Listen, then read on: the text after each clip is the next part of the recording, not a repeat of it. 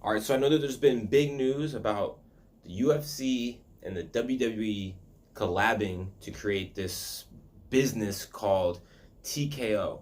This could be huge for the entertainment business because of both of these entities just being so massive, being so successful in their time. We all know that the UFC has been extremely popular, especially over the last, let's see, it's 2023. I'd say over the last 10-ish years, they've really been doing well, and the WWE's been doing well for generations.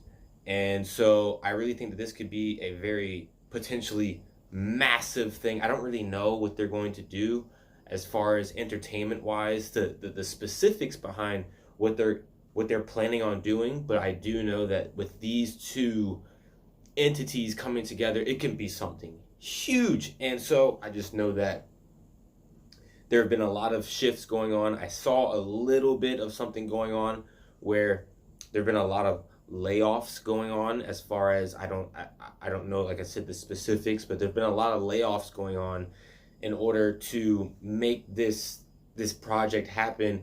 And growing up, y'all, I was a big WWE fan. When I was a kid, growing up into my early teenage years, I was a ginormous WWE fan. You know, just to give you an example, I was a huge Batista fan. I grew up in that era, you know, with the Batista, the Triple H, the Eddie Guerrero. Y'all know what I'm talking about. Anybody who's around I'm 28, and so anybody who grew up in that era, you know what I'm talking about. The Rey Mysterio when he was pretty much in his prime. Like I said, the Batistas, the Triple H, the I don't remember all of them, but I do remember my favorites. Okay, the Boogeyman when he was in like the later portions. You remember that? You know, Umaga, all that kind of stuff. I was very deep into it, and I got into the UFC I've always kind of known that the WWE was fake, even as a kid.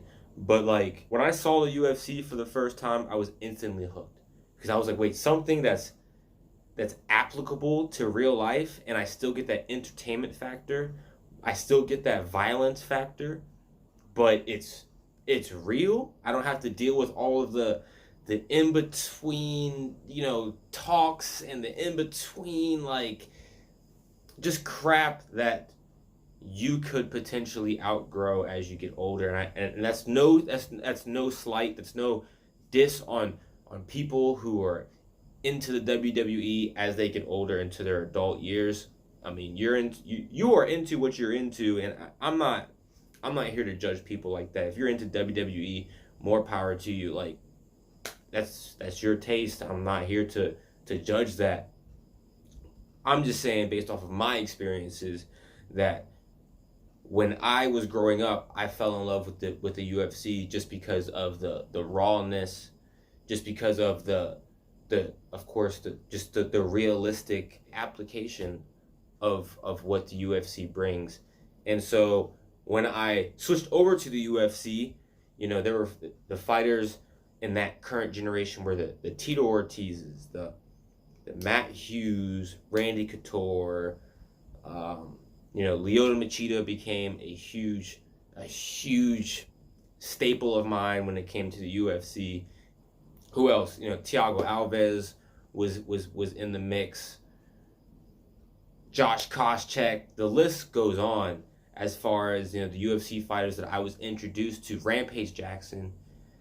And so with those two entities coming together, it does kind of mean a lot to me. And I know Vince McMahon, I don't know how long he was you know, the head of the WWE, but I know it was for an extremely long time. And so I know that that's huge too, that the fact that Vince McMahon has given over the head, you know, the head honcho spot for the WWE, that's huge news.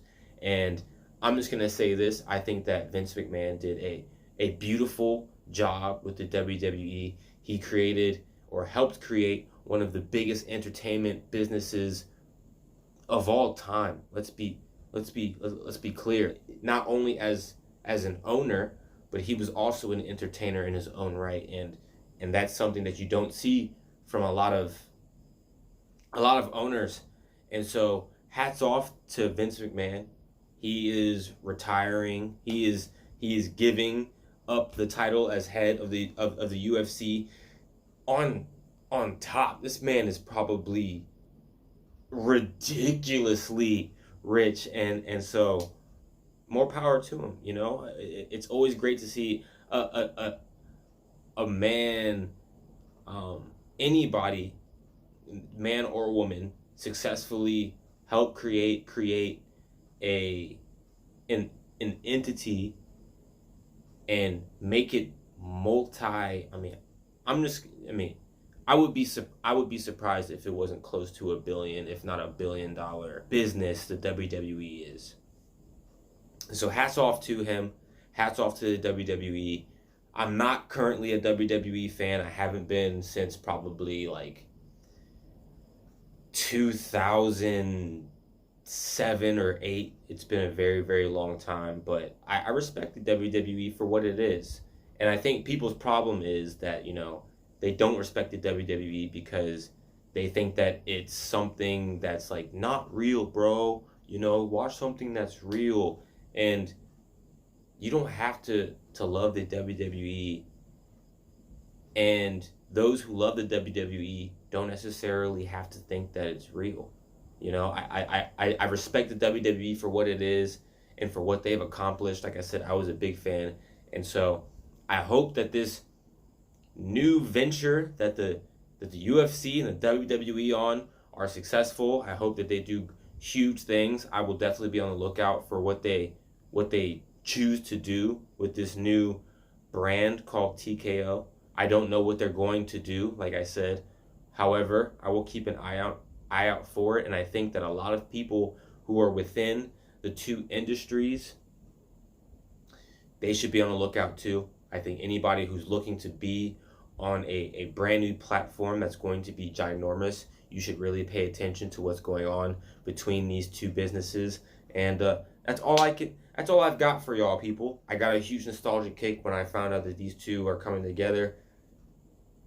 We'll see what happens, and I'll keep y'all updated on this situation, on this process, and I'll catch you guys on the next one. Don't forget to hit that subscribe, that like, that comment button. And I must say, peace.